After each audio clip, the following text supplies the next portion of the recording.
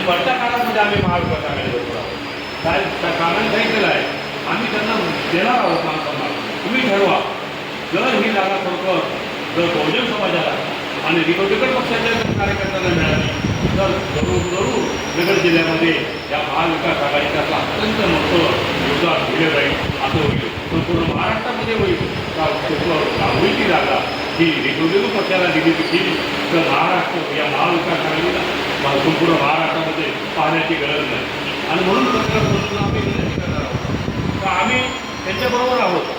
पण जर दुर्दैवाने ती जागा जर आमच्या आली नाही तर साहेब बोलले आम्ही बळावर ती जागा लढू आणि आम्ही त्याची तयारी केलेली आहे. आम्ही आमचे उमेदवार चाचपणी केलेली आहे, उमेदवार तयार आहे, सक्षम आहे आणि ताकदीची जागेच्या म्हणण्याप्रमाणे आम्ही ती जागा लढू. तर ठीक आहे साहेब बोलले तर बाबा आता आम्हाला एक द्या आणि मिळालं तर फारच चांगलं आहे, हे तर आम्ही साहेबांच्या म्हणण्याप्रमाणे आम्ही पुढे वाटचाल करू. बरंच वेळी एक वार तुम्ही सर्व पत्रकार बनवून आपण आला वेळोवेळी आमच्या पक्षाची मागणी करून देत चला.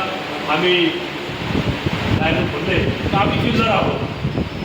चिल्लर जरी असलो पण ही चिल्लर एक पैसा जरी करणार असला त्या रुपयाला तर त्याचा उपाय होत नाही. आणि म्हणून ही चिल्लर जरी असली तर महाराष्ट्रामध्ये सत्ता मिळवायची असली तर ह्या चिल्लरीचा जर उपयोग केला तर तो रुपया तुमचा पक्का खणखणीत होईल.